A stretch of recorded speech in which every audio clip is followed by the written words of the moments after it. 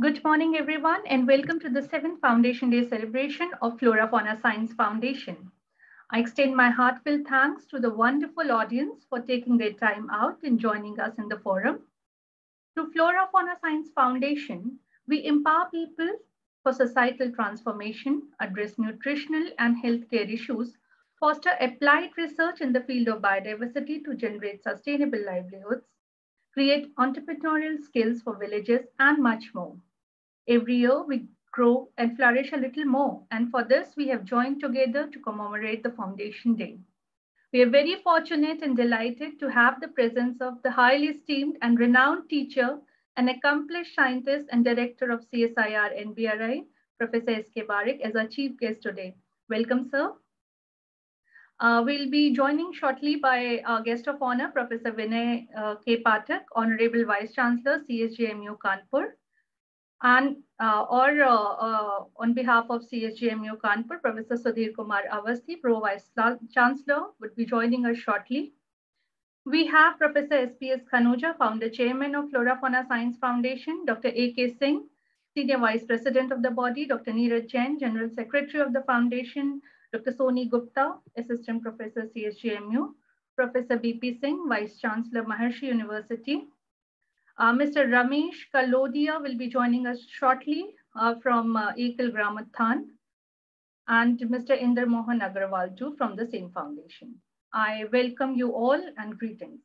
May I now request Professor S.P.S. Khanuja to please initiate the session as well as welcome our guests formally.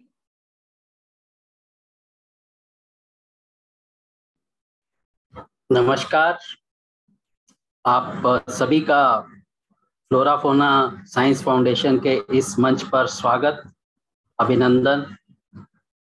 और मैं आज बड़े हर्ष के साथ आपके साथ 7 वर्ष जो फ्लोराफोना साइंस फाउंडेशन ने अपने पूरे किए हैं प्रगति के तहत, उसमें कुछ ऐसे माइलस्टोन या मील के पत्थर भी हैं जिन्होंने कुछ इस तरीके का परिवर्तन लाया कि विज्ञान और ग्राम का संगम हो सका।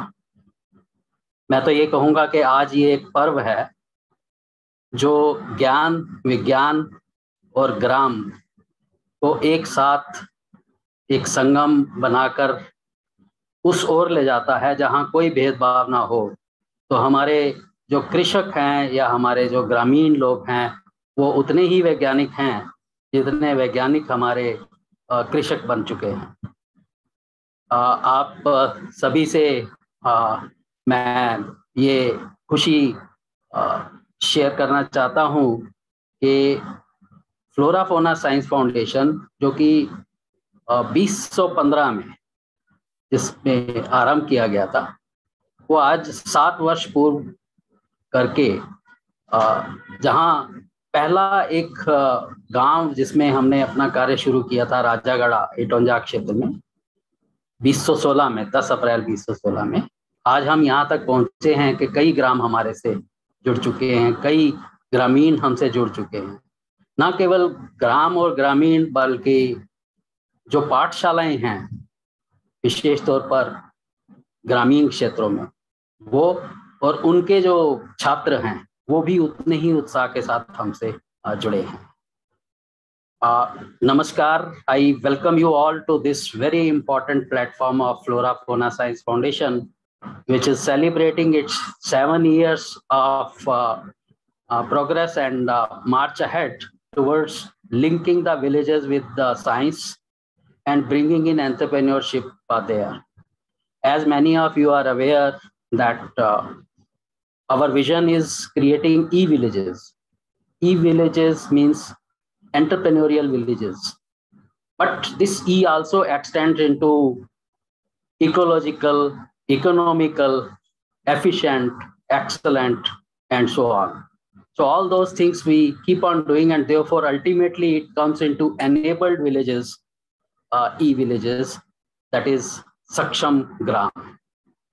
So our attempt is to act as a bridge between the research and technology organizations and villages and convert the language and translate it into such a way that the villagers can understand that what benefit these organizations can give. And on that front, I am very happy to welcome Professor Saroj Barik, who is today our chief guest also and the lead speaker, who would be delivering a talk on plants for happiness. पौधों से किस तरह से खुशी आ सकती है उसके बारे में आज डॉक्टर बारिक हमें बताएंगे. So once again, welcome Dr. Barik on this very platform. Friends, I would like to tell you that during these 7 years, we have transformed ourselves, the foundation, with more and more sharpness and also defining our objectives into themes. So if I just count last 3 years, then we began a series of knowledge sharing with our beneficiaries. हमारे जो लाभान्वित होने वाले ग्रामीण लोग हैं वो भी, और जो स्टूडेंट लोग हैं, छात्र हैं, विद्यार्थी वो भी, और जो उद्यमी हैं वो भी, उन सबके साथ जब हमने इस ज्ञान सीरीज की ज्ञान श्रृंखला की शुरुआत की थी, तो हमने उसको एक थीम दिया था, खेत से सेहत. और उस खेत से सेहत पिछले वर्ष हम पोषण से रोशन तक आ गए थे, और इस वर्ष पोषण से रोशन से आगे बढ़कर हम कृषि से खुशी में आए. तो कृषि के वो सभी अंग जो खुशी ला सकते हैं, उसके बारे में हम लोगों के साथ ज्ञान बांटने के लिए विशेषज्ञों को बुलाते हैं, और आज इसीलिए पौधों से खुशी का एक अंक आपके सामने आएगा. मैं ये भी आपको याद दिलाना चाहूँगा कि ई विलेज मिशन में हमने कुछ इस तरीके की गतिविधियां की जिससे लोग जुड़ने शुरू हो गए. और उसमें सबसे पहले हमने शुरुआत की थी न्यूट्री वाटिका की, जिससे एक, चाहे आपका किचन गार्डन हो, बैकयार्ड हो, बालकनी हो, टेरेस हो, वहाँ पे आप एक ऐसी पोषण वाली वाटिका बना सकते हैं जिससे आप सब्जियां या कुछ इस तरीके के पौधे उगा सकते हैं जो आपको आपकी सेहत के लिए अच्छे होंगे. न्यूट्री वाटिका का ज्ञान बांटने के लिए हमने एक कार्यक्रम शुरू किया, न्यूट्री पाठशाला, जो कि स्कूलों में या कॉलेजेस में जाकर हम उनको इसके बारे में बताते हैं और कैसे वो इस तरफ बढ़ सकते हैं. और इसी संदर्भ में घर घर के अंदर पहुंचते हुए हम न्यूट्री थाली लेकर आए, जिसमें कि आपकी जो रोज की डाइट है उससे कैसे आप अपनी न्यूट्रिशन ठीक रख सकते हैं. So keeping a balanced nutrition through Nutri Thali, making a source of that through Nutri Vatika, and distributing the knowledge through Nutri Pathshala continued. And then we came up with a Kisan Sangoshti a year back with the National Institute of Plant Biotechnology, and made a sort of new beginning of Nutri Kisan, that the Kisan or the farmer can grow such vegetables and crops which can be nutritionally important and economically important. And that can lead to the Nutri villages, the ultimate theme, which will be the e-villages. And as you will see in today's release of our Flora Sakti magazine, which is continuing with big efforts of our Vice President and Chief Editor, Dr. A.K. Singh, he himself has covered the success stories of villages where vegetables with nutrition and economics are working well. So he named it Sabjigram. So that is the way we are moving forward. And in future, we are looking forward towards, rather than getting confused with some of the definitions which are given time to time, right from organic agriculture to many other. We believe in eco-agriculture, and this ecos in two ecos, and these are economics and ecology. So they should be ecologically or eco-compatible direction of agriculture, where recycling and regenerative farming and all those aspects would get covered. And they should be economically viable, giving not double of the income, but many folds of the income. And this is possible. So I once again welcome you all on this very important platform, and will not take more time. I will request Dr. Manika to take over. Thank you so much, sir. And Before requesting our chief guest, I would like to introduce him. I'm very thankful to get a chance to introduce him, in fact. Professor S.K. Barak is the Director, CSIR National Botanical Research Institute, Lucknow. He has also been holding the additional charge of Director, CSIR IITR, Lucknow since 2020. As the Theme Director of Agriculture, Nutrition and Biotechnology theme of CSIR, he manages the R&D program of 32 CSIR institutions working in this domain. His research specializations are plant and microbial resources, agriculture, forestry, ecology, environment, and bioproduct development from biomedical and healthcare interventions. He has more than 34 years of research experience in the field of plant sciences and served as professor in head department of botany, Nehu, Shillong, before joining CSIR. As All India coordinator, he implemented 10 major R&D products of DBT and MOEFCC. As principal investigator, he implemented 40 national, international, industrial R&D projects. He has filed 12 patents, published several research papers in peer-reviewed journals, and supervised 29 PhD degrees. He is the editor of 4 international journals. He also commercialized 6 products and technologies. Professor Barak is a fellow of NASI as well as NAS India, Linnean Society of London, Lead International, Rockefeller Foundation, and International Society for Environmental Botanists. He has been conferred with Professor R.N. Tandon Memorial Award and Biodiversity Lecture Award by National Academy of Sciences, India, Dr. Brandes Award by Indian Forester, Professor Birbal Sahani Medal by Indian Botanical Society, Dr. Mopuri Memorial Award by Orissa Botanical Society. He is the Vice President, the National Academy of Sciences, India, and member, governing body, G.B. Pant National Institute, National Institute of Plant Genomic Research, Chairman, State Level Expert Appraisal Committee, Arunachal Pradesh, Chairman, Apex Committee for Northeast Region, Chairman, Integrated Eco Development Research Program, MOFCC, Chairman, Technical Advisory Committee, TSIR, and has served as expert member of more than 80 committees of Government of India.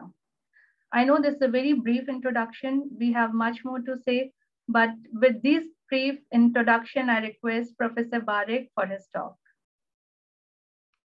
Thank you, Dr. Monica. I'll just share the slide. I hope it works.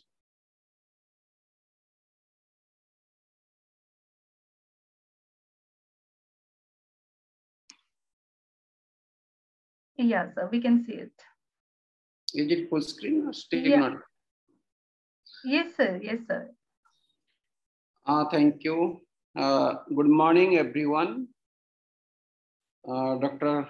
Khanauja, Dr. A.K. Singh, and if Professor Binay Pathak has joined us, and I can see our Adraniya Ramakant Harlalkavi ji on the panel, and all other distinguished guests and ladies and gentlemen.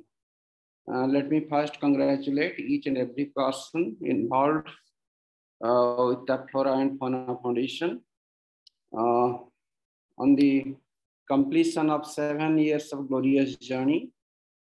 And thank you very much for inviting me on this auspicious day.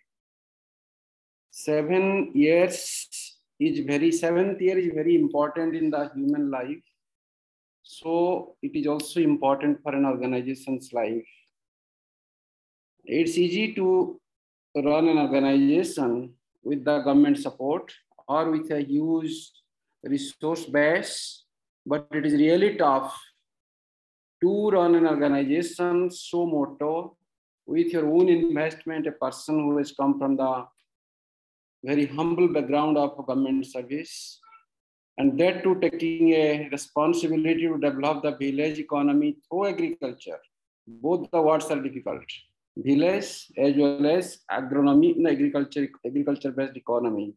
It's really a challenge.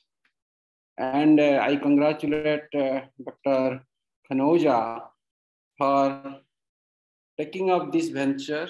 7 years back, I didn't know that when I met in 2016. That was the first year of his entrepreneurship. I didn't know that. I thought that it is already well-established, very old organization. So it is almost coinciding my Lucknow stay and your foundation of Flora and Fauna Foundation. Great congratulations to all of you, especially Dr. Kanoja, who has taken such a really daring step. Very few people will take without any external support, taking off on his soldier alone. Really bravo, congratulations. The working for last almost, you can say, 35 years in this field, the rural development and agricultural economy, how to develop it. I know how tough it is and how to really translate your ideas into action. It's good to conceptualize something. It is good, you can easily dream something, but it really to translate into field and to upscale it to a scale which is visible. It's really a tough task. And my hats off to Dr. Kanoja and his team. I know it cannot be done by a single person. A good team is always essential. So I can see the committed people around him. Well done, Dr. Kanoja. I really congratulate you for 7 years of glorious journey. And I am fortunate, I am privileged to be a part of that celebration. Well, the topic which you gave me, and as you know always, because in CSIR, you are always busy with n number of activities.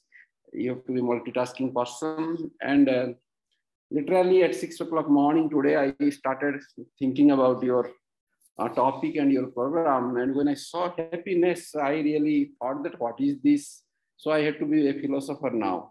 So I searched some literature and let me see, because I know that plants are essential for our very existence. So humanity is there today or any, the entire biosphere is on the shoulder of the plants, and that is a huge science. Fine, but when I saw that happiness, that means it is a subset of that. And I thought, let me first define happiness, what it says. And I found that feeling or showing pleasure or contentment is the lexicographic meaning. And when I come to the Oxford Dictionary definition, happiness about which or something, the state of being satisfied, that something is good or right, a very, very qualitative term. So how do you quantify that? How do you define that? And the world has tried and they have given the happiness index, and it is all controversial. Even in 2022 year now, you will see that so-called Bhutan is not there, but the parameters which have been taken to really quantify the happiness index, whether they are adequate, whether they are true representative of happiness, because these are the very, concepts which are defined, but not undisputably defined. So naturally, the parameters to do the happiness also, it varies. So that's why the 2022 list of happiness, where India is well down, 136 or something down out of 146 countries. So we are telling that no, the parameters are not very good, where Bhutan is completely out, which we feel that they are the happiest people on this earth, but they are nowhere. So that is the concept of the happiness. So, but as a common man, we can say that if we are happy, that means we are satisfied, which is something very good. We feel good, and also we derive some pleasure, and we are content with that. Something like that in a very broad sense. So basically, I thought that I did not know, honestly speaking, much about the flora and fauna activities, but now I am well versed. So please don't bother about this presentation. Rather, I will speak much more, which will be helpful for the FloraFauna Foundation. Already, Dr. Kanoja has already carved a path. Already a roadmap is already drawn, and you have already progressed a lot. But still, I think some of my experiences, which I can share verbally, because those things I have not included in the presentation, I think that might help you. That is my experience working with the villagers, as I said, for the last 3.5 decades. Well, this is the flora. You can see the organization name is really interesting, Flora and Fauna. So that is the most important. I think only the microbial components are missing. And I'm sure they are the integral part of the system, and there will be always interaction between the flora and microbial interaction, fauna microbes interaction. So naturally they are involved in the system. So the first slide is Nymphia, a symbol of peace and purity. If there is a peace, there is the happiness. So that is the foundation. At least I live on that, that if I have a peace in mind, and that is the divinity. And then the purity, the next thing. So if you have the peace and purity, I think half of the happiness is achieved. And I believe that if all the human beings follow these, that peace is the first priority, I think our happiness level will be going very high. We should be satisfied with less requirements. It should not be infinite needs, and automatically you will be in peace and you will be happy. So you can see the symbol is the nymphaea, and all you have seen. So these are some of the definitions. You can see the experience of joy, contentment, or positive well-being combined with a sense that one's life is good, meaningful, and worthwhile. So mental health, physical health, food security, they naturally come, that all these things you have to address to be happy. And you see that indoor house plants, because it is a plant-based, so you can see that plants in your home or office can make you feel more comfortable, soothing, and natural, and reduce the stress level. Other studies show how indoor plants boost our moods, mental health, even our physical health, and having house plants makes us genuinely happy. You know that other than that, indoor pollution, absorbance, tolerance, all these factors, all of you know. So these are some general concepts. So the joy of plants.co.uk, if you go there, you will see that whatever people they interviewed, 60% of them, they claimed that they feel happy when they are surrounded by greenery. So more than 2/3 of the people said that plants had a positive impact on their mental health. So plants help people's moods and well-being because the rich green can reduce stress levels and improve feelings of self-worth. Having plants to concentrate on a nurture also acts as a mindfulness exercise. So उनको nurture करना भी अच्छा लगता है पानी देके. So the spirit lifters also, people are starved for beauty, and flowers are nature's biggest show-offs. So they are mood elevators and stress relievers. Colorful flowers plants help to boost our mental and physical well-being. Floral installations in parks, public places, such as bus and train and metro stations, can help put a smile on your face. So this is the sacred Indian lotus, 108 petals. And you will be happy to know that in NBRI garden today also we have 1,000 petal lotus. So the all lotus germplasm and also nymphaea, that is water lily germplasm is in, we have really enriched many-fold now, almost 100 times now. So you'll find the 108 petal lotus, which is religiously important, 1,000 petal, which is taxonomically or botanically very, very attractive. But this also, the flowers also, they lift the spirit. Flowers in and around home, workplaces, and other public places improves people's mood. So fragrance, that is another area, which you can see that inhaling scents of certain plants has been practiced since ancient times. So they reduce stress, they fight inflammation and depression, and induce sleep. So not only the flowers, but also the aromatic crops. I think I must appreciate here, Dr. A.K. Singh is also here, Dr. Kanoja, Dr. Sushil Kumar, Dr. Anil Tripathi, and other predecessors, the founder of the organization, CMAP. They have done wonderful work on these aromatic crops. And I think a lot of credit goes to Dr. Kanoja for taking those knowledge, for taking those science to the field. And today also we cherish those success stories. CSR is proud of that. So in addition to the flower fragrance, also we have aromatic crops, aromatic plants with diverse chemical composition. So we have been developing several varieties, specific compound, specific varieties, so that they can be industrially utilized and we can be an exporter. And thanks to the effort of CMAP in this direction, whether it is the Mentha story or it is the vetiver story. So we are progressing ahead, and thanks to our predecessor directors like Dr. Kanoja for that. Well, for the induced happiness, these are the flower fragrance.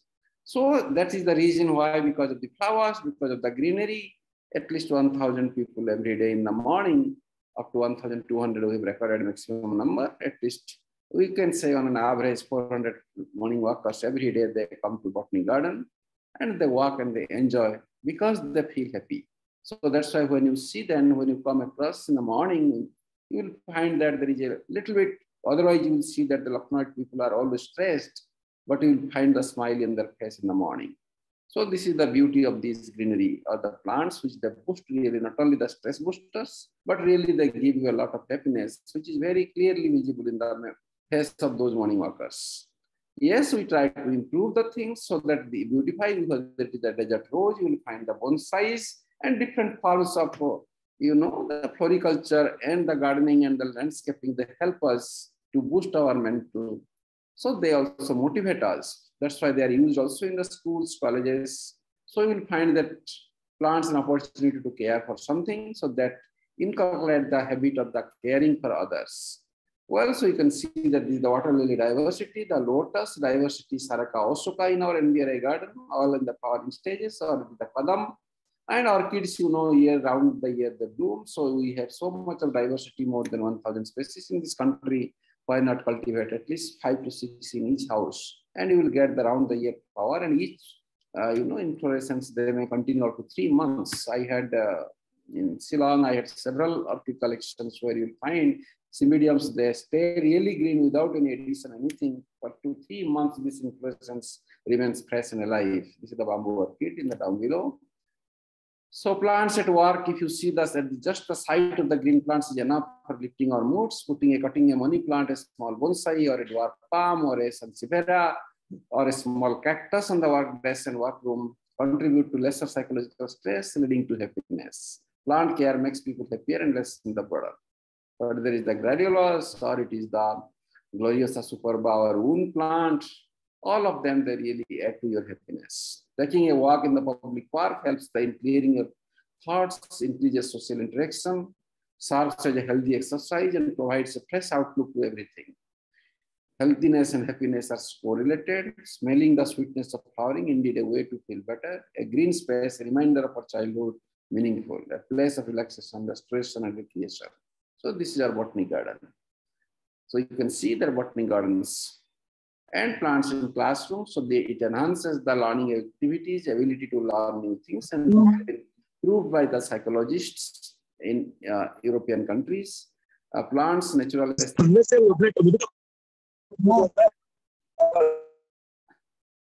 a healthy distraction to the replace the unnecessary thoughts.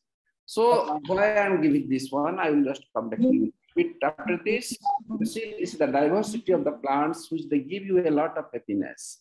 You see here the insectivorous plants or wonder plants, which they and the parasites, whether it is the Nepenthes phasiana or endemic plant, which nowhere in the world you get it, or it is the Horticularia, or it is the Balanophora, the root parasite, or it is the Cascuta reflexa, the stem parasite, or it is the Drosera, or it is many such insectivorous plants are there. They raise interest. And when you see simply them, you become very happy. Oh, this type of plants are also there on this earth.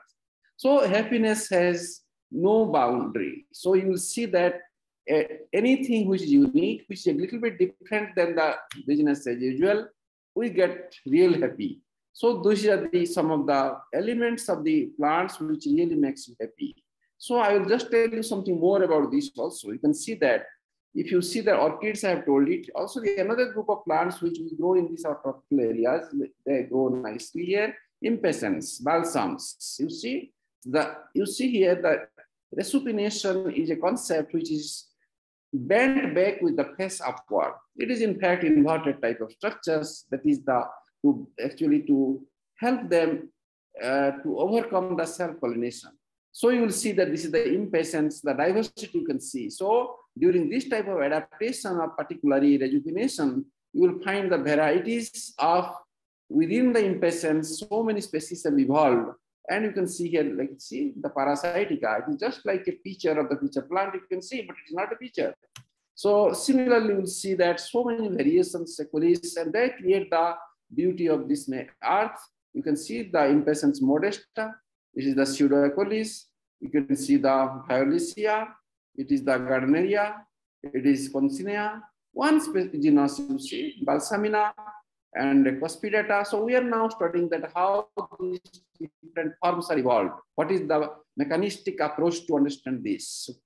And this is the Pulcheria, Joini, and this is the Mornoli, and this is the Animodica, this is the Campanulata, Porata, Diasotis, Gogi.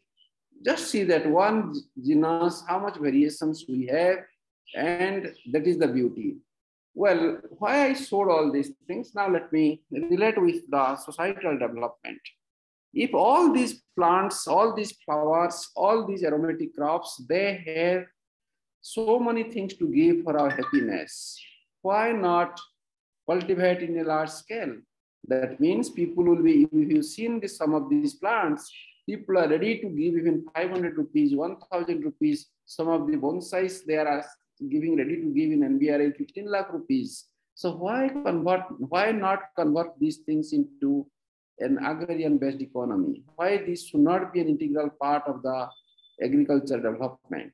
So that's how, keeping all these things in mind, CSIR, we have started 2 years back, in fact, 1.5 years back, actually, the floriculture mission, which in fact I am heading it at CSR level. Several labs are involved. And also here we have several verticals, 8 verticals are there, starting from the, because you know, floriculture, at least 5 times income more from the conventional crops. If we are giving now 1 rupee, he will certainly get 5 rupees, if not 10 rupees or 15 rupees. So a lot of scope is there, but we have not really harvested the benefits of floriculture. So keeping the expertise of CSIR NBRI, CSIR IHBT, and many other labs, now we have really, for the last 1.5 years, we have been working very hard in 25 states and union territories of India to popularize the floriculture as an agriculture mission, where we, at least even the raw flower, that means cut flowers and loose flowers, if they sell, income of 5 times is assured. Forget about the value addition, forget about the export, forget about the apiculture integration, and many other things are there. Even simply a nursery man, if you give him the technique and the right quality planting material as the parent material, he will earn just 1 or 2 rupees he will spend and sell it in 20 rupees, 10 times income straight. Forget about the cultivation and harvesting the cut flower or loose flower or otherwise. So simply nurseryman can earn more than 5 to 10 times. So every step, if you see that value addition, infinite income opportunities. After the cut flower, if it is not sold, you develop the concrete or you develop the absolute, and finally it goes to the fragrance industry, and you export it up to the France, and huge amount of money. Forget those. But for our farmers, at least these 2 levels. One is raise the seedling, nursery. It is not a rocket science. Anybody can do it. Train them and they will do it. So that business, entrepreneurship developed in the village. And the second step is, I know when we were working in the Indo-German project in Tripura, just this nursery business converted to at least 10 SSGs into a different, completely transformed the village. So they were doing one elaichi nimbu. So that lemon space smells like an elaichi, small elaichi. So that was so popular. So each seedling, they were selling 20 rupees. And how much was the production? 50 paisa, 1 rupee maximum. So 20 times benefit they were getting. So same thing we can do in the horticulture. If we give them the quality planting material as the parent material, after that they will multiply it, and many of the rural youths, they can get good employment opportunity, rather they will give employment through their entrepreneurship skill of nursery business. Same way, cultivation techniques. Now I'm happy to share with you that we have several success stories now in Odisha, in Maharashtra, in Tamil Nadu, and in West Bengal also it has come up now. So in Uttar Pradesh also we have, but we are making it in a big way because you know the quality planting material to get it difficult. So I think we can also join hands with Flora and Fauna. If I do not know if it is possible, we can also try to, because you know what we need is, we need a committed group of people, and a few scientists or a few research organizations will not be able to really bring a big transformation in the rural life unless many people join. And also this type of thing has a lot of scientific input, because if you don't get the right variety, if you don't get adequate training on the right agronomic practices, instead of a suppose marigold, you are targeting a big, say example, 5 centimeter dia flower, you will end up in a just ordinary flowers and nobody will buy it. So you have to be very careful while selecting all these things. So science has to be there. So we have many things are there. And one thing is very interesting, we're happy to know, we are domesticating our wild ornamentals of India. Why we have to follow always Gerbera or always our gladiolus, which are all of foreign origin, some of them African, some of them European. We have so many beautiful flowers. So we have identified 44 wild ornamentals like Hoya and so many impatiens. You have seen some of them. So we are trying to really push it into the international market, domesticating the technologies, how the desired traits we have to develop through the hybridization or gamma radiation, or could be chemical mutagenesis, or even required it is even genome editing we have started. So all these activities we are trying to do so that we can really internationalize our own native flowers, so that will be so many, and also integration of apiculture and floriculture, because 90% of the nectar bearing flowers are there. So why not, instead of only loose flowers and all, why not also do the apiculture along with that? So KVIC is our partner. There is the Khadi and Village Industries Commission, APEDA, export organization, plus TriFed in tribal development areas, or whether it is the ICR, right from the day one, they are our partner. So many organizations, state universities, agricultural universities. So we are trying to do this, and also many NGOs, they are also our partners, but we need that committed people should be there who have only one motto: serve the people, and all the technical support we together give. So this is the story of floriculture mission in CSIR, like aroma mission, all of you have heard. So I will not talk much about that because we have already crossed first phase. It is in the third year of the second phase of the aroma mission. Aroma mission, you know that. And aroma mission is relatively easy because the planting material is relatively easy in comparison to the floral crops, where you will see even Honorable Prime Minister has given us the task for the tulip domestication here itself, the indigenous production, or it is the lilies. So we are doing with around 18 to 19 floriculture varieties, depending upon the geographical area, and also the fragrance mapping we have done already. So we will see that even if jasmine grows here, but it will not be that scenty as it is in Tamil Nadu or in Bangalore. The same way that if you see the tuberose also will grow, but it will not be that fragrant bearing as in the West Bengal or Odisha. So we are trying to now see that which fragrance will be best fitted to which area. And it is all rural based, and we are encouraging a lot of rural people, SSGs, farmers producer organizations, they are all involved. And that is the story. And KVIC is also putting their money, not only CSIR, but KVIC is also putting their money. So together we are implementing this project. So this is a rural development project where I feel that, yes, I think we can collaborate with FloraFauna Foundation.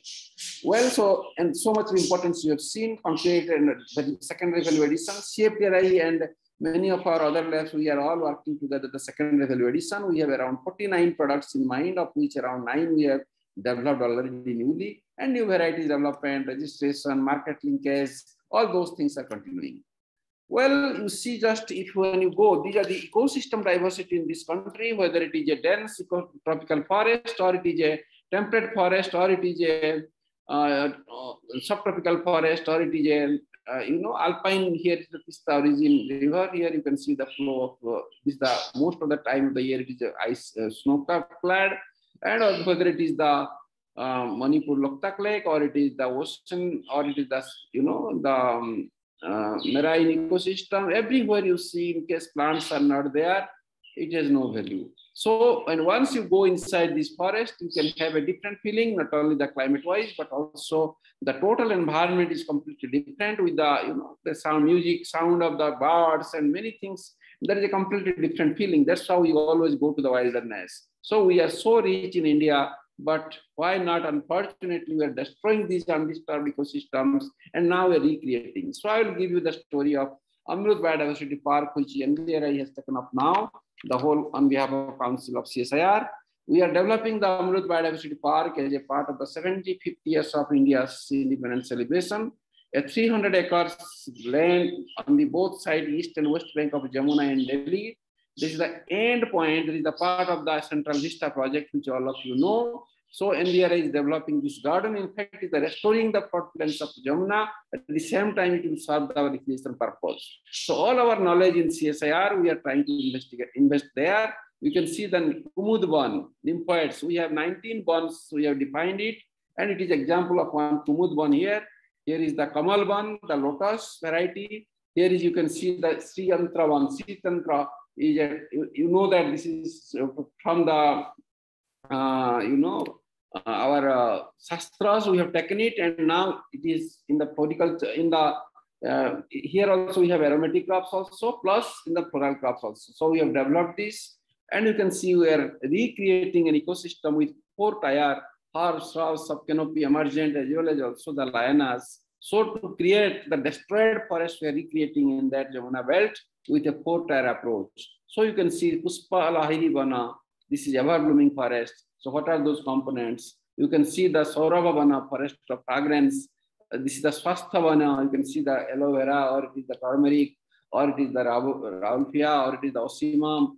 And you can see this is the Manava Vatika of our CMAP. So we are also putting there so that you can see that they can know the different medicinal plants. And you can see this is the whole ecosystem, and you can see the rich cultural diversity. This is the picture of Meghalaya, and they get peace every year by worshipping the nature. Nature means you can see the forest backside, and that is the trees they give not only the cultural benefits, but also the mental peace. And you can see this is the sacred grove, another one. Imagine with this type of dense canopy, when you go inside, what a new feeling you will get it. So that is the happiness. But we took it in a different thing. We tried to see that what are those benefits which these high diversity plant, animal, and also the microbes. So much of biodiversity is there in this type of forests. What benefits they give? That is the ecosystem services. So around 8 ecosystem services we quantified, starting from the hydrology to the ecosystem, to the carbon fixation, to soil nutrient conservation, to all these things we pollinations, and we identified all these things, quantified these things, and we ensured that how sustainably these ecosystem services should flow, where the downstream people will get all the benefits, whether it is adjacent crop fields or it is the water, stream water, which is flowing out of the forest, so that they get a clean water. So all these things are the happiness index. If you get the clean water to drink, if it is flowing close to your things, unless you maintain this type of forest ecosystems, the tree bearing or the plant, high diversity rich bearing plants, those streams which are flowing out of that, they will also get dried. Out of 8 months in a year or 9 months in a year, only 3 months in the rainy season, they will have water. The remaining months, they will be out of water, so that people will be suffering. So I think that is not a happiness, but they become sad if they don't get the essential commodities or the life-saving things like water. So we map that. So we identified those green areas are the areas which need the priority protection, from where the maximum ecosystem services flow. That is all 8 ecosystem services. Well, here is an example. You can see this is the pollinator and crop interaction. So these pollinators also, that is one ecosystem services, and those areas, they will help you in reaching the crop production as well.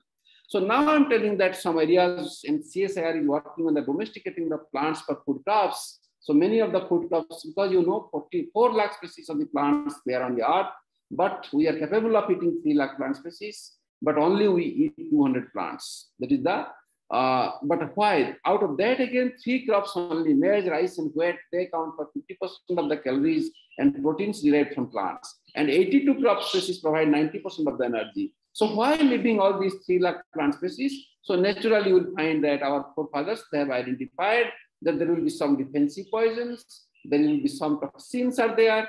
So that's why they could identify this. But with the advancement of science, now we have the ability where we can see that, yes, we can change those things. And the story of Sophocarpus tetragona winged bean, we have done extensively in CSIR and BRI, and the tannin which we have got it, how to neutralize that. Through the selection, we have got the low tannin content, and that's how the scientists we do. We have developed the varieties so where there is no toxins, and it can be easily edible now. So the effort should be there that if we want to give the food security, and that is the number one criteria of the happiness, if you don't have a full stomach, you cannot be happy. So if you want to really give the food security, you have to see that, yes, we have to have the broader food base. That's what all you are doing, that yes, we have to enhance whether it is the nutritionally rich or you can say that diversification of the crops that is required. And you can see that taste, nutrition, defense, poisons, and all such type. That's why these food crops are only there. Anyway, there are several plants are there which are yet to be bioprospected. Say, for example, this is, you can say, Hottonia cordata, one subtropical plant, where the scientists, they become happy when they find a new molecule. So when we are trying to work, we will see that you can see that hottonimide or the hottonioxide, when these two new molecules are derived and discussed and characterized, many opportunities come. So scientists become happy when really some of the new molecules they find or some new products they develop. So this is the example, NBRI is working on the Xanthoxylum aromatum. Everybody knows, but to take it in an effective product is a challenge. So you can see, So you can see here, NBRI dental gel, we developed it, and also it is a painkiller now. It is using as a triple medicated, not the tooth brushing only as a toothpaste, but also it is used as the herbal medicated gel. And really it gives you the instant relief from the tooth pain. And from the same plant, from the same biodiversity, and put the technology to that so that it becomes very effective. Similarly, you can see a chrysophenol functionalized silver nanoparticles. So you know that when the people are on the catheter, today when you will find the catheters, they do not go more than 48 hours. The microbial infections are there surrounding those catheter surface, and that really creates problem in the patient's body, and they become the microbial resistant. All these medicines, whatever you give the antibiotics, these microbes they become the antibiotic resistant, and finally you have to remove. By that time already infection is there. But thanks to our chrysophenol, which we got it from a lichen, and also it is found in the acacia. And we developed that, and we get, when these are the sources, even small quantity in aloe vera also we get it. But this chrysophenol, when we did it, now it is going up to 28 days. So you don't have to bother up to 28 days. You can put that catheter and be happy. So that happiness comes from, even for a patient's happiness you expect. And for that, this type of intervention from the biodiversity will help you to really bring something good to the people. Yes, I will tell you the now next story. The cannabis, everybody you have seen on the roadside, everywhere in the rural habitats it grows, but it is an untouchable plant because why? It is the tetrahydrocannabinoids, the THC content, which is the psychotropic substance. So it is untouchable. And accordingly also the Narcotics Act also it is prohibited. But do we know that even in the traditional system of medicine, we had so many use of this particular cannabis. So cannabis also gives a lot of happiness to a group of people because they want to be in the different world. So they take cannabis, and that's why this THC is there. But because of the THC, we are losing around more than 120 CBDs, cannabinoids, which are really useful for many diseases. And you can see that we have now in NBRI, we have developed not only the lines with low THC, that means if that psychotropic substance is reduced to the, as per the rules, 0.3% or below, but we have developed now even 0% the THC content, and now it is high CBD rich, so that they can be medicinal use. So once upon a time, a plant which was untouchable and which gives happiness to a group of people for their psychotropic substance, today it is being used now for the human welfare.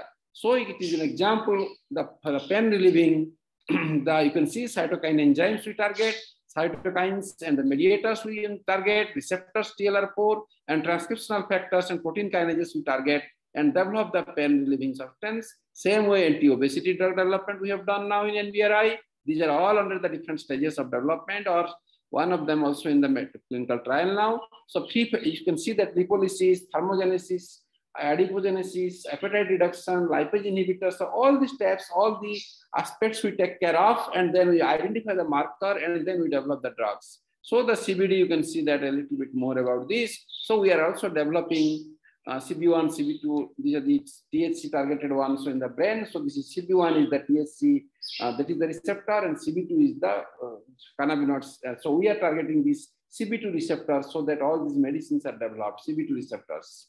And you can see that epileptic and all these things are from the CBT1. And so these are the various medicines. It can be possible, antibacterial, bone stimulant. So you can see that the usefulness of this plant.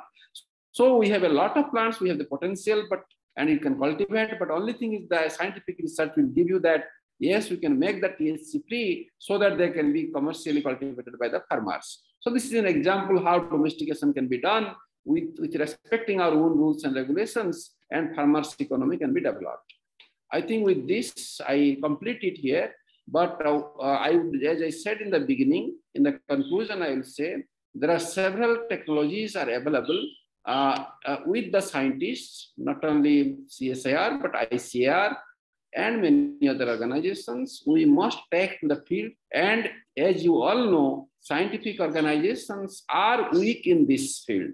Whatever you say, even with a network of so many Krishi Vigyan Kendras of ICR, honestly, when you re-examine or introspect yourself, how much percentage of farmers we have reached? So technologies are there, technologies are being developed, but they are not field tested. Many of them, who knows, when they go to the field, they will fail. So it is essential that organizations like Flora and Fauna Foundation, their role is very important. And these organizations, they do not run suo moto. It is the passion, it is the vision, and it is the hard work. When you work with the villagers, you are playing with their lives. We have to be very careful. I don't have to tell that thing to you because all you are working in that field. But yes, we have to be careful. And I think that language has to be taken to our scientists that yes, before you develop any technology, you have to be 100% sure that yes, they will work in the field. And for that, I think not possible only for the research organizations and government departments functioning, you all of us, we know they have their own limitation. We will not blame anybody, but we should also admit the reality. I think in that scenario, the role of non-governmental organization, not for profit making organizations is very important. And I congratulate and also I solicit, as long as I am here, I will be partnering with, I am partnering with many organizations, non-governmental organizations, those who are committed, those who are non-corrupt, and those who have a passion for making the life of people happy. I think I welcome, and we will be working together, whether I am here or elsewhere. But village is my life. I have worked for last 3.5 decades in the village economy only to develop their conditions. And with this assurance, I thank you once again for inviting me on this auspicious days of the 7th years of glorious journey of Flora and Fauna Foundation. Congratulations once again to you. Namaste.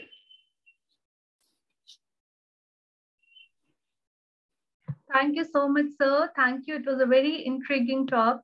From nymphia with soot to fragrant nectanthus to pleasing orchids and impatiens and relaxing aromatic plants, we explored a world of flowers with you. We also understood the societal development by using these plants with special reference to Indian wildflowers through Floriculture Mission. Thank you so much, sir. Thank you once again.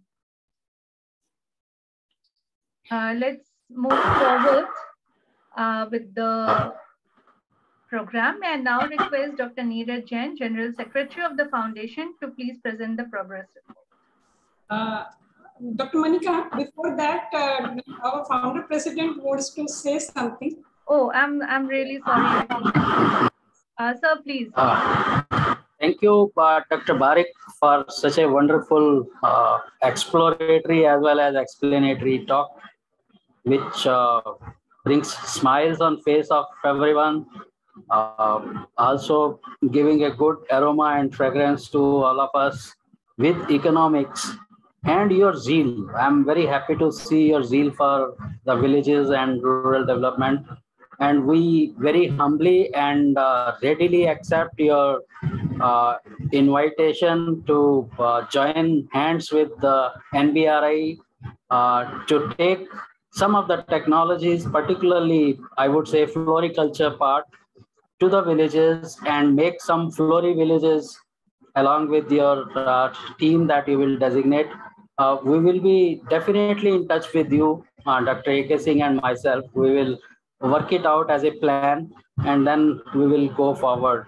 It was wonderful hearing the way you are showing the future with the plants, and also not only talking about economics, also talking about ecology, what you showed as biodiversity park Amrit 1, where my child Manav is also there as Manav Vatika. So so I think it's a wonderful idea, and the future that FloraFauna is seeing in eco agriculture, you have covered really intensively and extensively. other aspects that are there.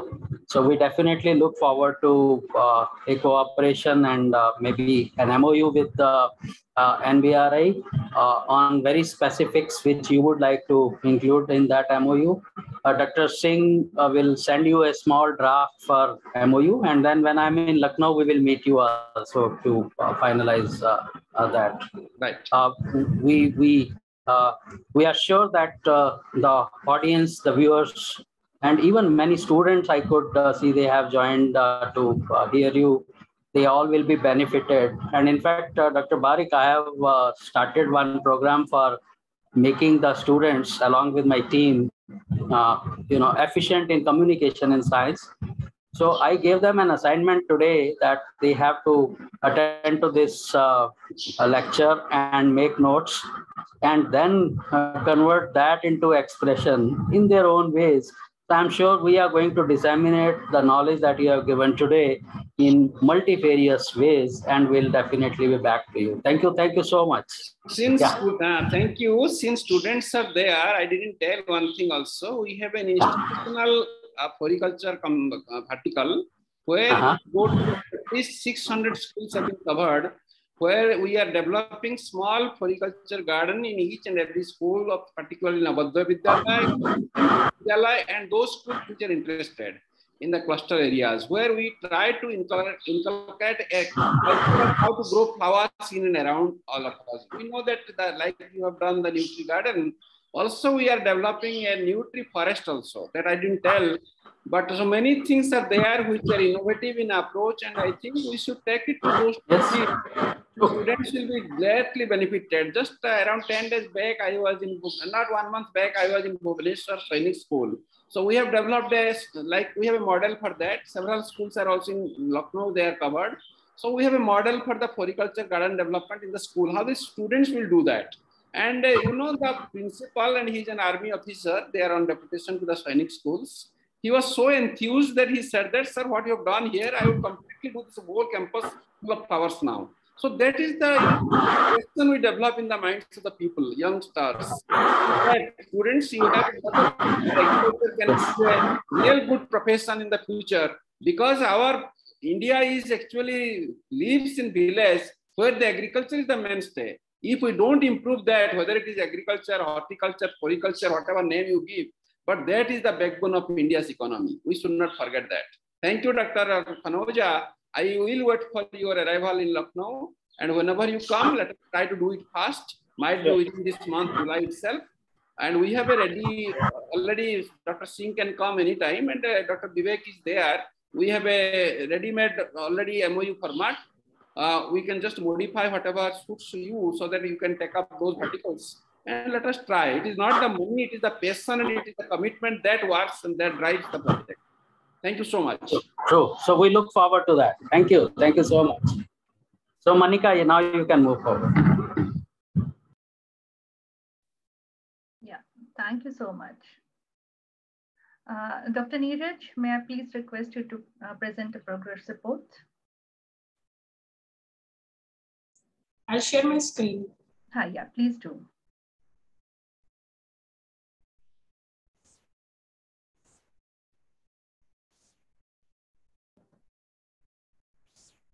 Is my screen visible? It is visible, yeah. Sorry.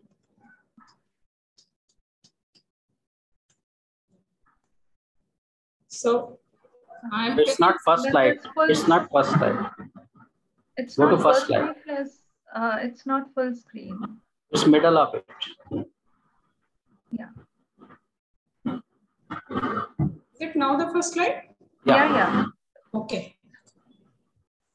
So these are the progress highlights of FloraFauna Science Foundation.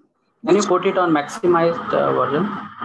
Sir, actually I have put it on the maximum version. No, but down there is a slideshow. Actually, I have done that. On my screen, I'm able to see that. Somehow, I'll put it on again.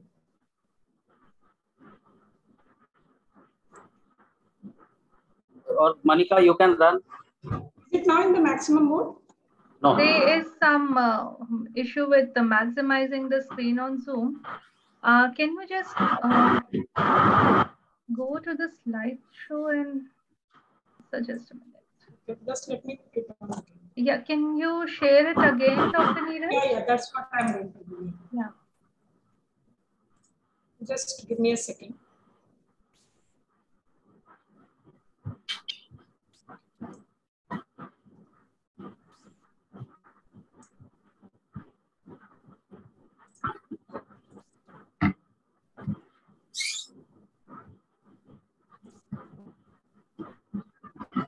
Is it in the maximum? Is it in the presentation mode? Yeah, it's in the presentation mode. Okay. So these are the progress highlights of. Okay. Let's start. No problem. Progress highlights of FloraFauna Science Foundation from July 2021 to June 2022. And this I am presenting on the behalf of all the members of FloraFauna Science Foundation and our collaborators whose teamwork is being presented over here. So FloraFauna Science Foundation is a dream to be translated in the direction of enabling society to achieve health and nutrition through science. And the science force that we envisage is integrated knowledge that emerges from discoveries of agriculture, biology, chemistry, and engineering, leading to a path of farm to farmer for societal health and life. That is the best smiles. Our mission, the mission that the foundation goes through the trails of villages lighted with science-driven discoveries, that is creating entrepreneurial villages or e-villages as we call it. Then our vision, translating high-tech science discovery. Sorry, Neeraj, your slides are not moving. Okay, Dr. Manika, I think you may, maybe there is some network problem. So you may share the slides. Okay, let me try. Can you unshare it? You can unshare, Neeraj. Let Manika run. You can say next slide and she will fund it. Stop sharing. Yeah. Put it on maximum.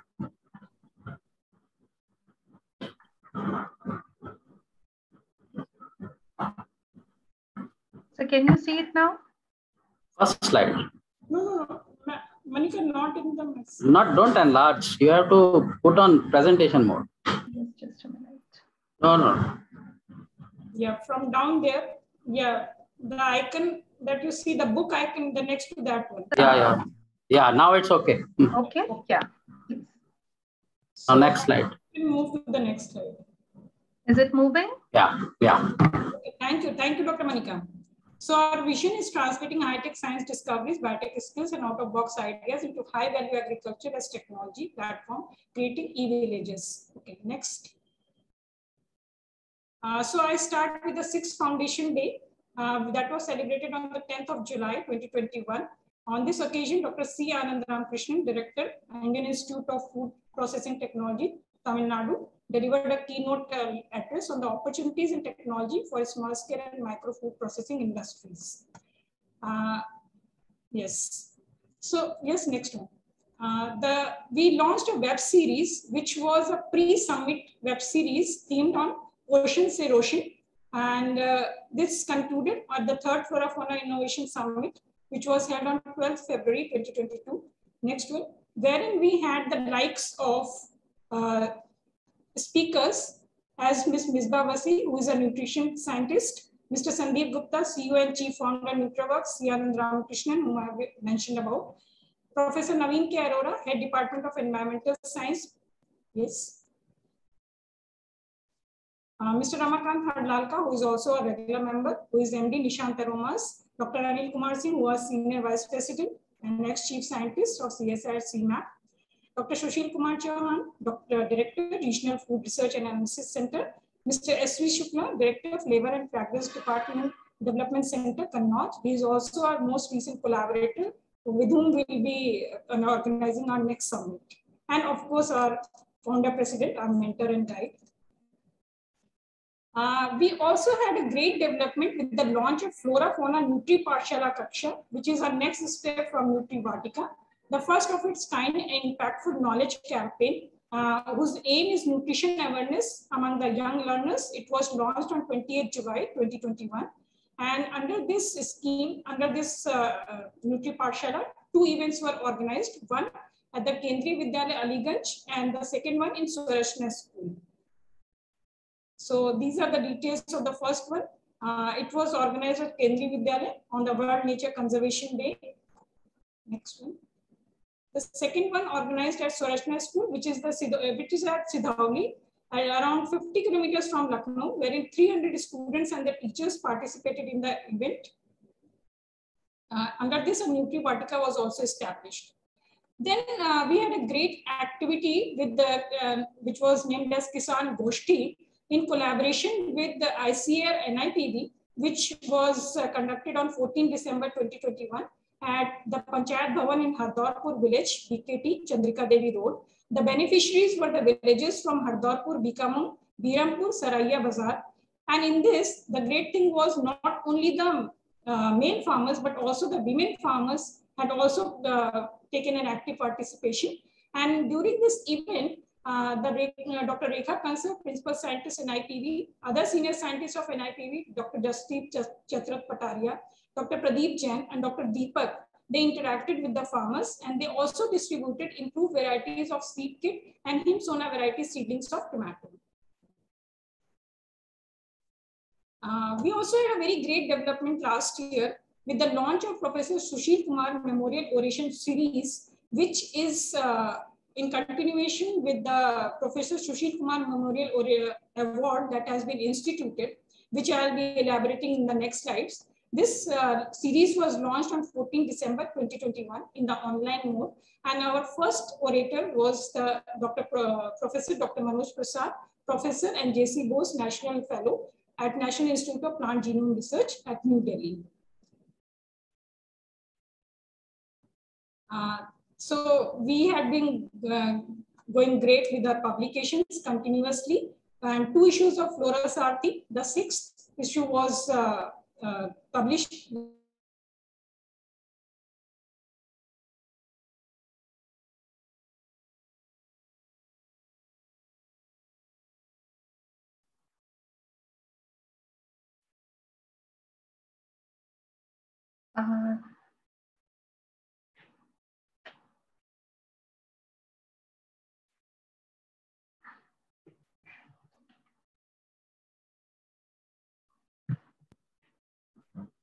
Some network issue. Network issue, yeah. Okay, I thought I have. Okay. You can proceed. I can tell about it. Sir, yes, sir. Dr. A.K. Singh sir will be joining us. Yes. So, so Dr. Neeraj was telling about publications of FloraFauna Science Foundation, and you may see that in the beginning of year we have published tabletop calendar, and then 2 issues of Flora Sarthi have been published. One was released in January itself. Another one of July issue will be released in a short while from now. Next slide. Now, one more very important event was organized by FloraFauna Science Foundation, that is Innovation Summit. And then web series Krishi Se Khushi has been launched in this year itself. As you can see, 4 lectures have been organized so far by eminent scientists. And I can tell you that Dr. Ashok Kumar Singh, Director IRI, and then Dr. Brahma Singh of Brahma Singh Research Foundation for Horticulture, and then Dr. Satyanshu Kumar, Director DMPAR Anand, and Dr. Nilima Garg of CISH Lucknow. They spoke on different topics which are very relevant to farmers and for rural development. तो ग्रामीण विकास के लिहाज से ये lectures बहुत ही उत्साहवर्धक साबित हुए हैं। नए कोलैबोरेशंस के बारे में आप देखें तो आज हम MOU साइन करने जा रहे हैं छत्रपति साहू जी महाराज यूनिवर्सिटी कानपुर से और एकल ग्रामोत्थान फाउंडेशन दिल्ली से। Both these organizations have come forward for signing MOU and having faith in our activities with FFSF, and this MOU will be exchanged digitally in this function itself. Next, please. Next slide, Dr. Manika. Yes.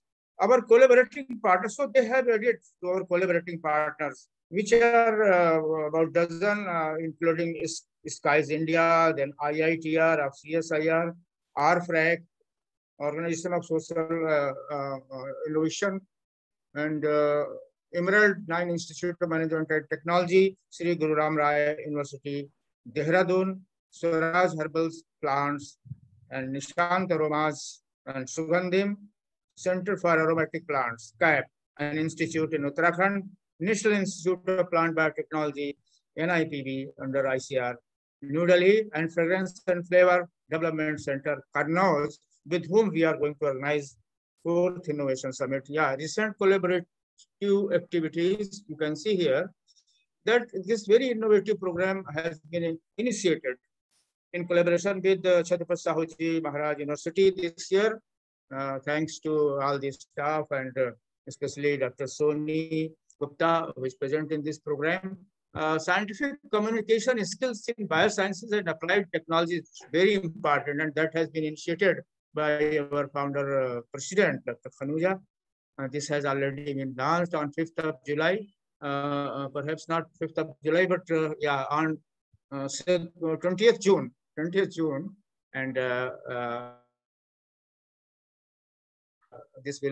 this was continued to 30th of June. Yes, next slide, please. Now here you can see that FFSF members have their outreach and participation on various fora, various platforms, and different keynote addresses have been given by our founder president on different topics, including power of brains, pseudo cereals, shaping research and innovation strategies, and you can see that plant whisper. Let's listen. So this is very important topics. Next, please. These are different topics which were delivered by our founder president. Then another keynote talk on opportunities and research and innovation for translational agriculture towards agri-entrepreneurship and startups in India. And then a special theme paper, the nutraceuticals to functional foods, launch of reference book on nutraceuticals, which was made in International Nutraceuticals Day on 2nd of September 21 at INAC, Mumbai. Then keynote address, Plant Whisper, Power of Nature, Health, Nutrition, and Agriculture on 3rd International Conference, Food Security, Environmental Safety, and Sustainable Development at SGRRU, Dehradun, Uttarakhand. Next.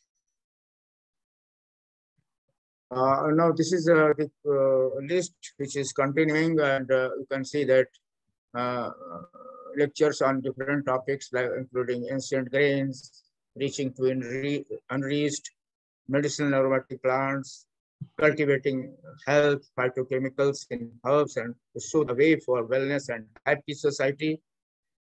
These lectures were delivered by Professor Khanuja on behalf of FloraFauna Science Foundation.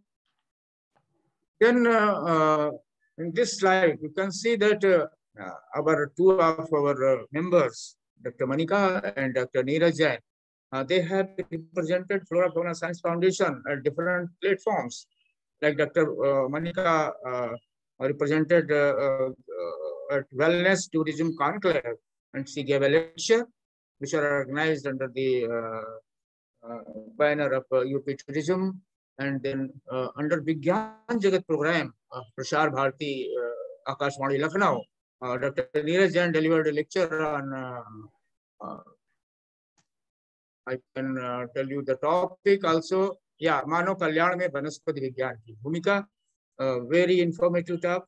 So these talks were very important for the students, for common people of the society. Next, please. Next slide.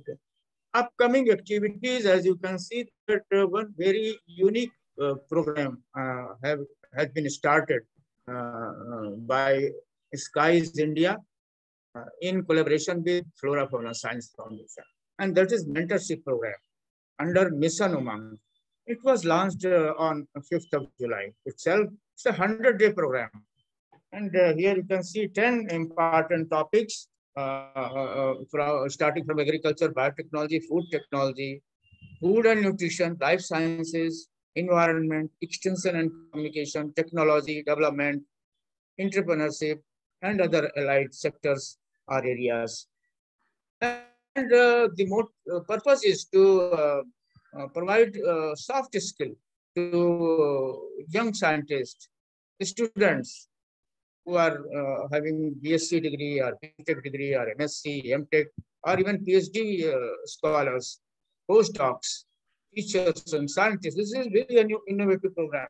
And this is without any cost, I mean, without any fee, 100-day program. And people, our experts are participating voluntarily. So this is very important initiative which has been taken by FloraFauna Science Foundation with the support of Skies India.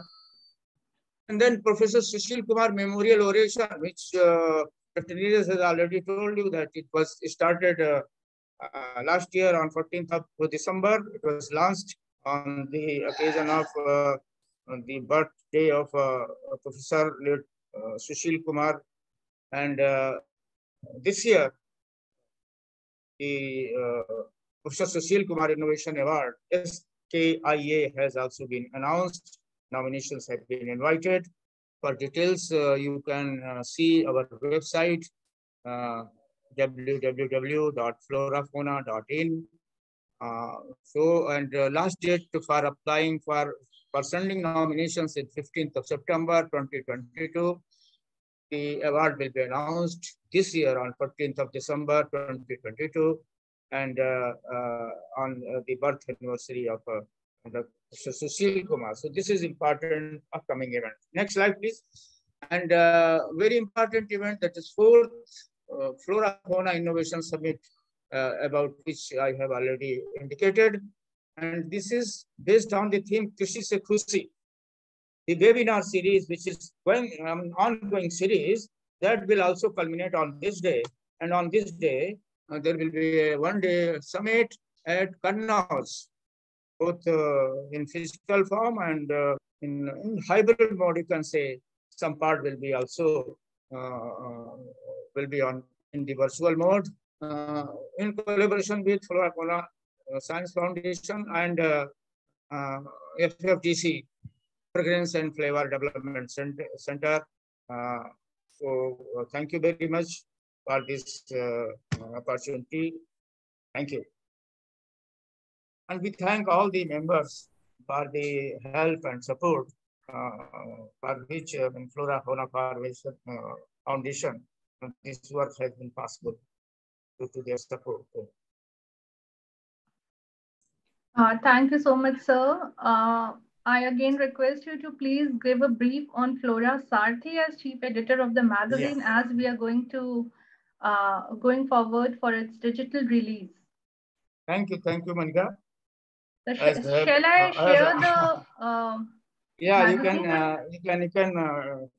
just start sharing, but I will tell you that this Flora Sarthi magazine, ये संदेश वाहक है FloraFauna Science Foundation का, it's a messenger, and this was launched on 2019 actually, on very important occasion, that is Independence Day. First issue was launched, और तब से अब तक 6 इशू प्रकाशित हो चुके हैं 6 मंथली इंटरवल पर, और ये 7वां इशू आपके सामने है।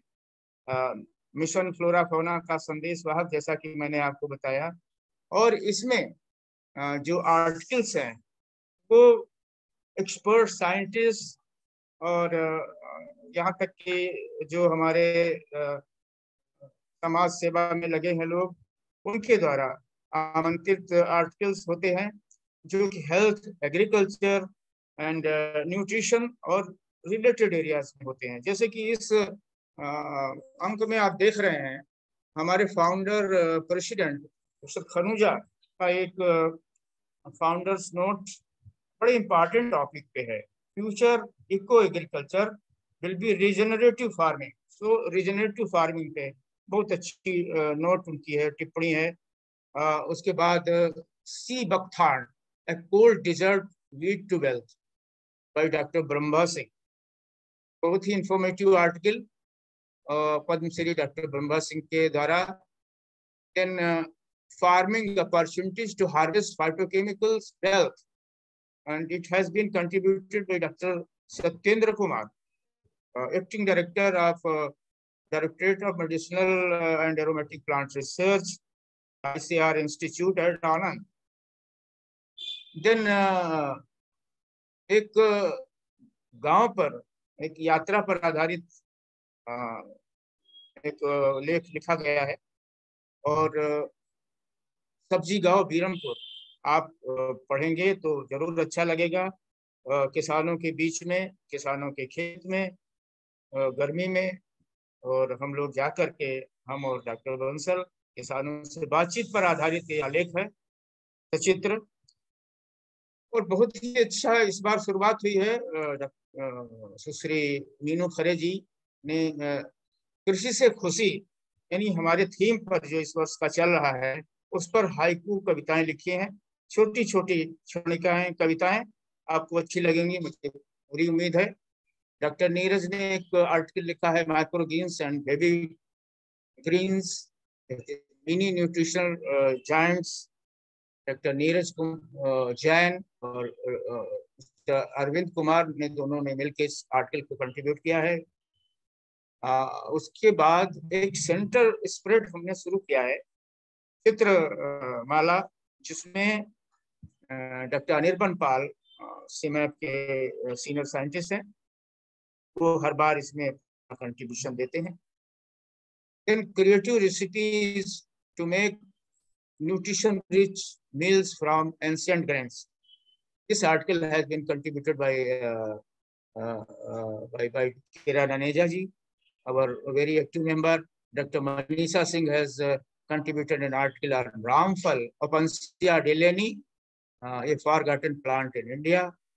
And finally, a team of scientists and researchers from CIMAP, including Bhagni Singh, Priyanka Prasad, Ram Kishore, and Dr. Virendra Kumar. They have contributed an article on importance of seed quality in commercially viable medicinal aromatic plants. And besides all these articles, there are FFSF activities at a glance and forthcoming events also.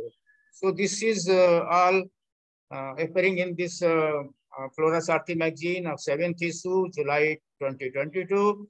Besides these articles, there are editorials also contributed by our collaborators, knowledge partners, like Food Innovations, and you can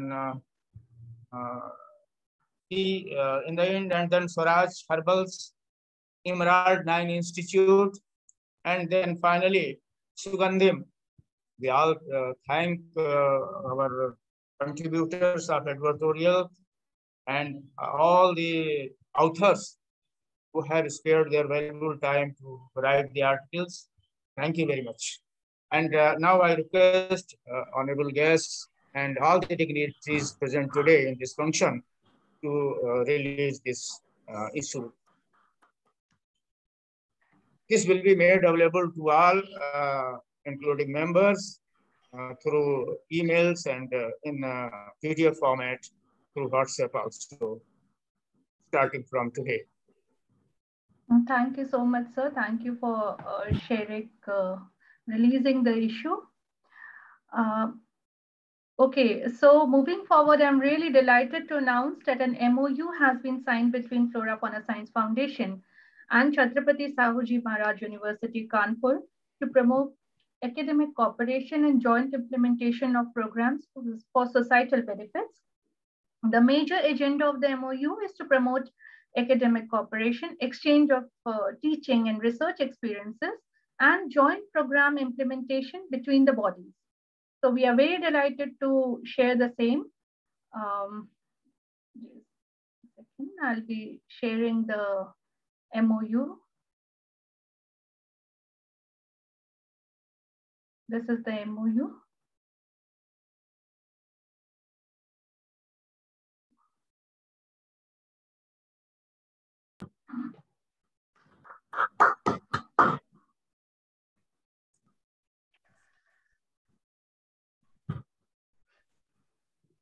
Another MOU has been also shared between,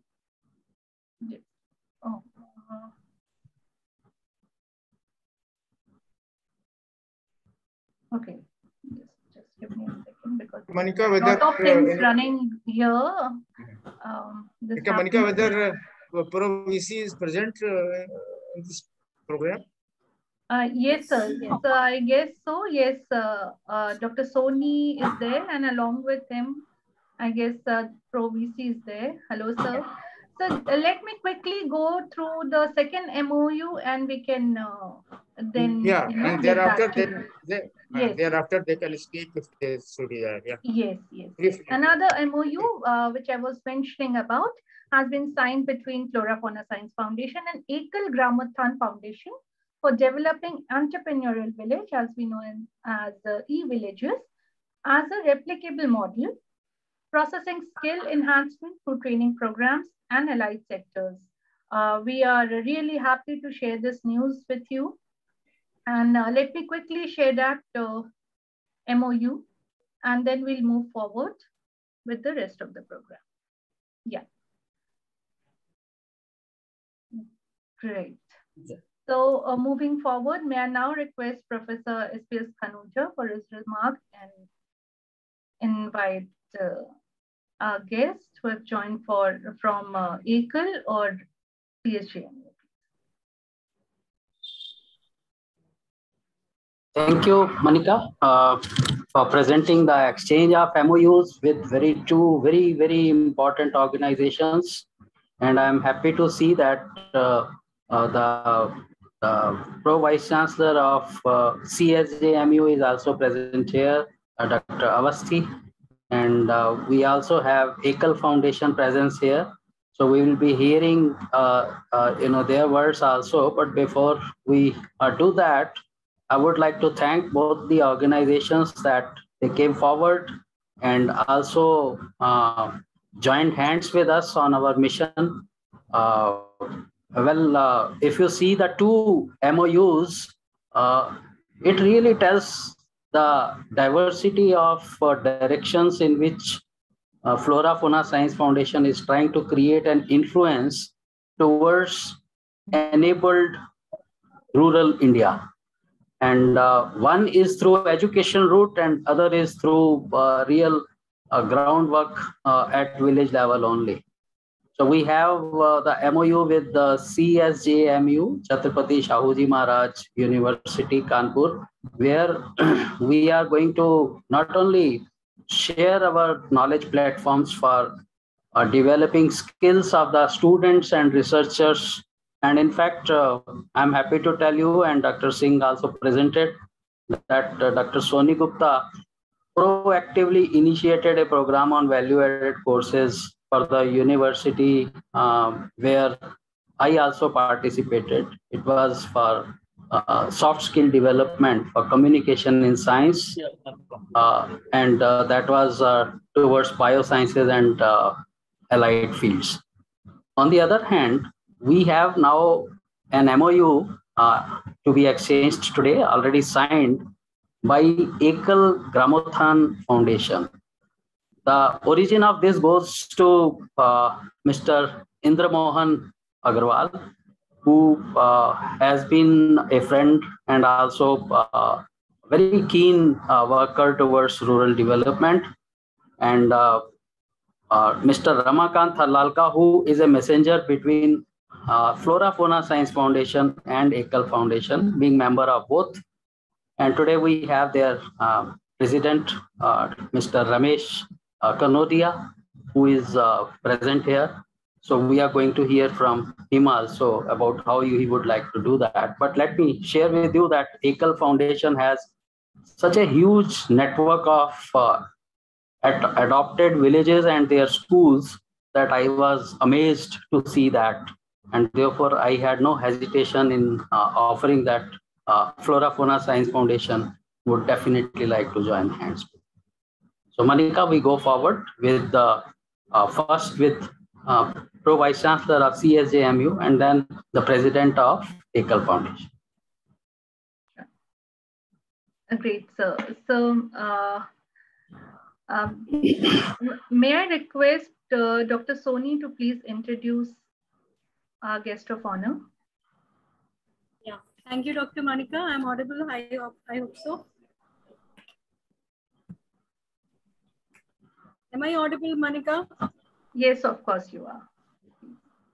It's a great pleasure to introduce Pro Vice Chancellor Professor Steve Kumar Avasthi, CSJMU Kanpur. Professor Avasthi completed his graduation in 1984, post-graduation in 1988, followed by PhD in 1991 from Kanpur University.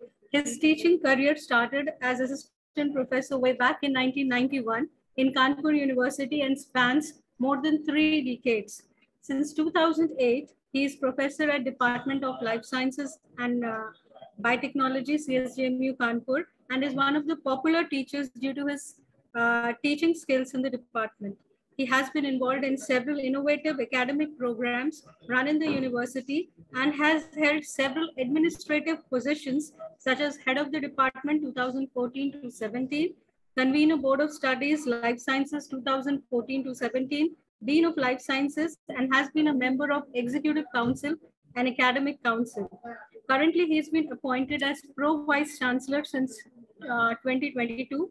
He has more than 100 national and international publications in the area of biochemistry and immunology, a score of invited talks at national and international fora, several externally funded projects, and has successfully guided 9 PhDs, 8 MPhils, and 20 MSc students.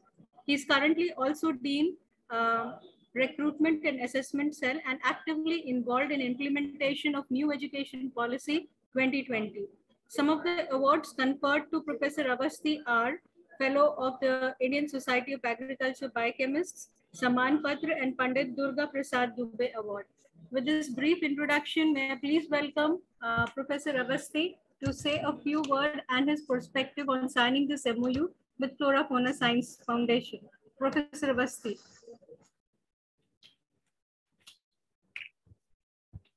Chief guest, am I audible? Am I audible? Yes, sir, you are. Yes, sir, you are, please. Yes. Chief guest of the Foundation Day celebration of FFSF, Professor S.K. Barik, Director, NBRI, Professor S.P.S. Khanuja, Founder Chairman and ex-Director, CIMAP, our Honorable Vice Chancellor, Professor Vinay Kumar Pathakji, who has become architect of most techno-savvy university, that is CSJM University of the state, a galaxy of scientists from all over nation, ladies and gentlemen.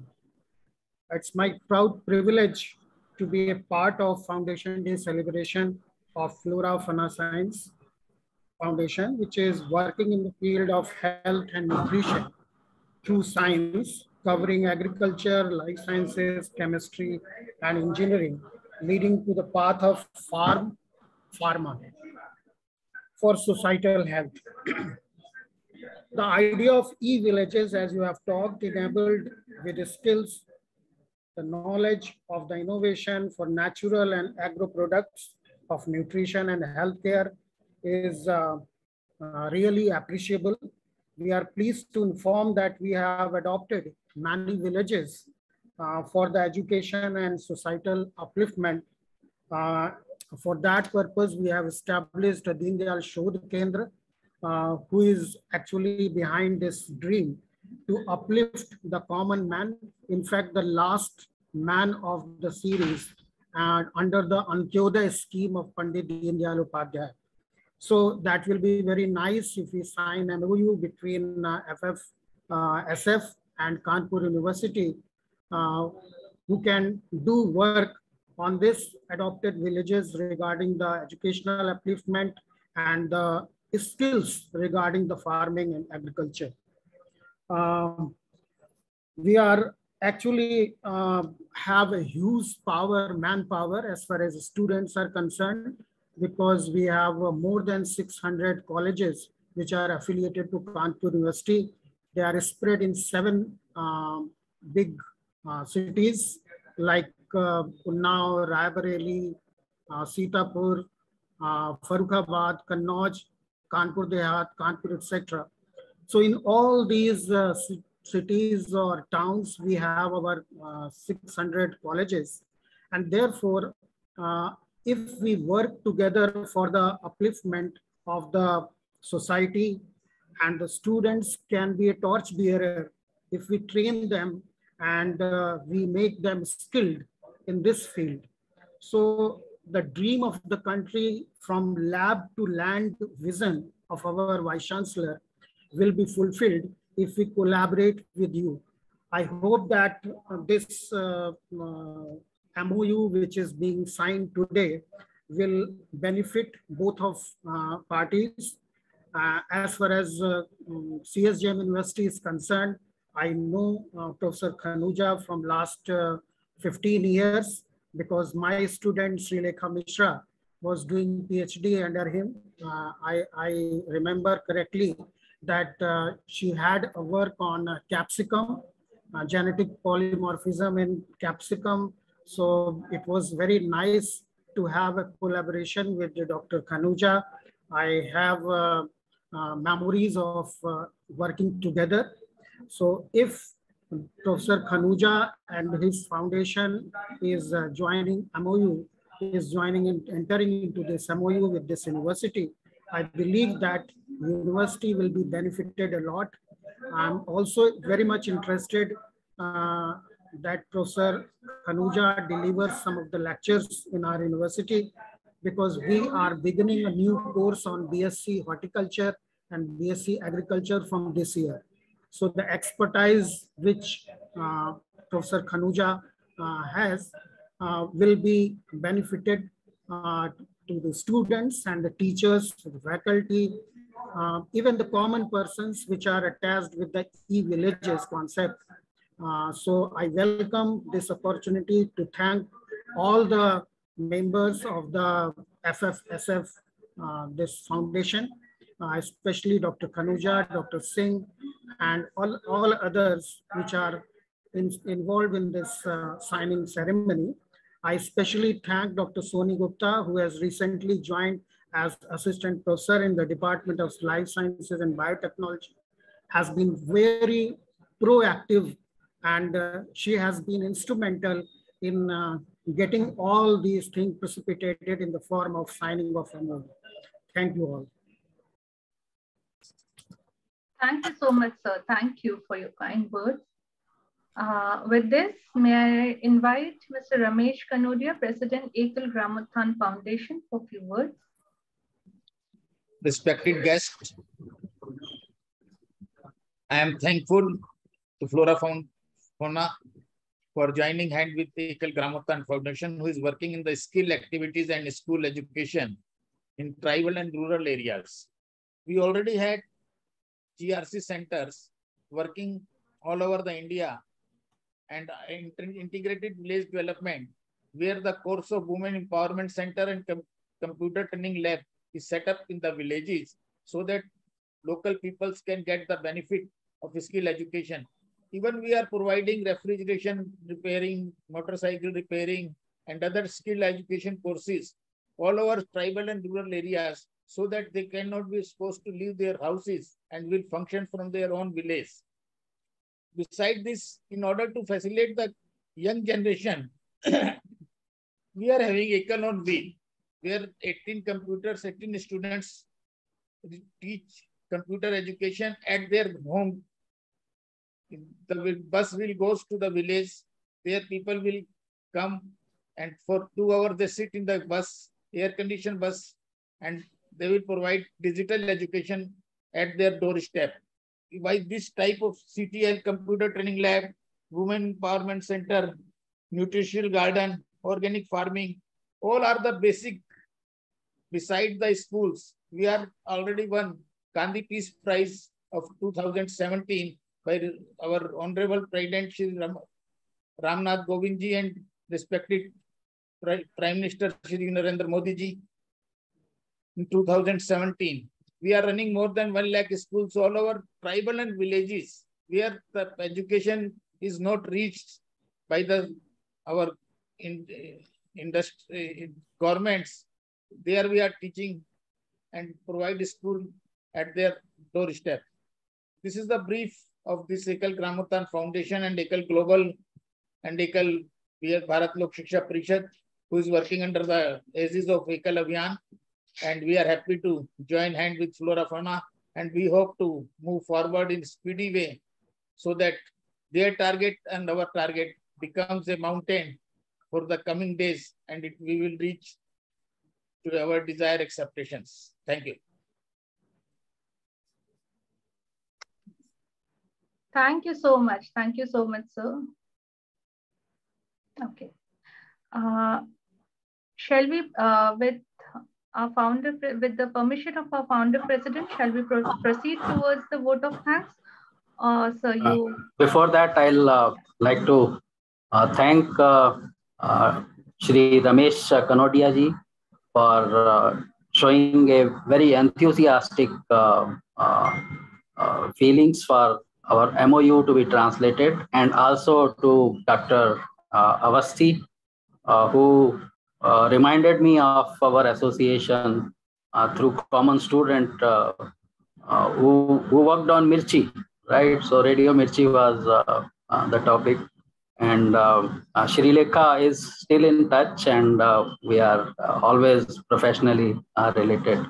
So both the organizations, I immensely thank for having come forward and joined hand with us. And I'm looking forward to translating these MOUs into reality. Thank you. Thank you so much, sir. Thank you. Moving towards the last rung of the event, may I now request Dr. A.K. Singh to preside over for the vote of thanks.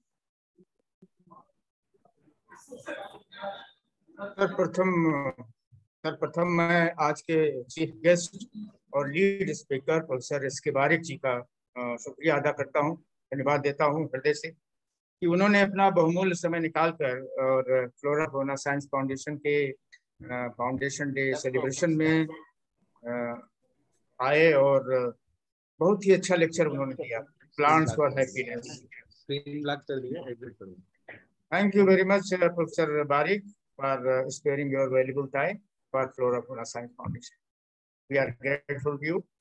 And then our guest of honor, Professor V.K. Pathak ji, and Pro VC, Professor Sudhir Kumar Avasthi ji from Kanpur University, who have made it convenient to be here with us on the virtual platform and exchange the digital MOU today.